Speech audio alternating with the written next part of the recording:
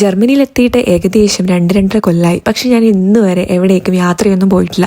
പക്ഷെ നാളെ ഞാൻ ഒരു ദ്വീപിലേക്ക് ഒരു സ്റ്റഡി ടൂറിന് പോവാണ്. ഹലോ, എൻ്റെ പേര് ശ്രുതി. ഞാൻ ജർമ്മനിയിലെ 3rd year nursing house building student ആണ്. ഞാനിന്ന് പാക്കിംഗ് ഒക്കെ ആയിട്ട് തിരക്കായിരുന്നു. ഇങ്ങനത്തെ ഒരു മെഷീൻ നിങ്ങൾ ഉപയോഗിച്ചിട്ടുണ്ടോ?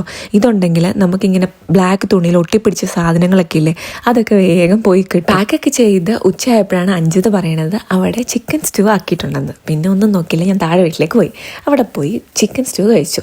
പിന്നെ ഞങ്ങൾ എല്ലാവരും കൂടെ ഒന്ന് പുറത്ത് നടക്കാൻ വേണ്ടി പോയി. ആ തണുപ്പൊക്കെ ഒന്ന് മാറി ഇപ്പം ഇച്ചിരി ചൂടായി വരികയാണ്. അതുകൊണ്ട് ഇങ്ങനത്തെ കടകളൊക്കെ ഇപ്പോൾ ഇവിടെ ഒരുപാടുണ്ട്. നല്ല ബബിൾ ടീ ഒക്കെ ഇവിടെ കിട്ടും. ഞാൻ ഈ ജർമ്മനിയിൽ വന്ന പിന്നെയാണ് ബബിൾ ടീ കുടിക്കാൻ തുടങ്ങിയത്.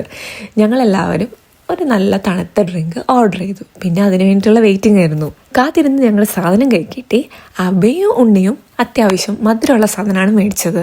പക്ഷേ എൻ്റെ അഞ്ജിതയുടെ സാധനം എന്നത്തേയും പോലെ കുളമായിപ്പോയി. അതിനൊട്ടും രുചി ഉണ്ടായിരുന്നില്ല. പക്ഷേ ഞങ്ങൾക്കതൊരു പുത്തിരിയല്ല.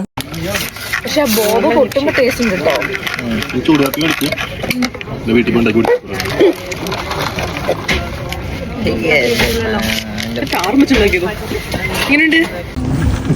ഒന്നുകൂടെ കുടിക്കുന്നു. കാണട്ടെ നിന്റെ എക്സ്പ്രഷൻ. നിങ്ങൾക്ക് ഇഷ്ടമായോ? നിങ്ങള്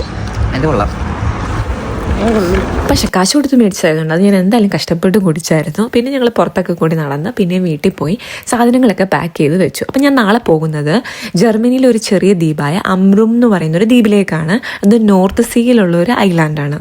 അവിടെ ഞാൻ എന്തിനാ പോകുന്നതെന്നൊക്കെ ഉള്ളത് നാളത്തെ വീഡിയോയിൽ പറയാം. കാരണം എനിക്കും വലിയ ഐഡിയ ഒന്നുമില്ല എന്താ അവിടെ നടക്കാമെന്നൊന്ന്. അപ്പം നമുക്ക് നാളത്തെ വീഡിയോയിൽ കാണാം. ടാറ്റാ.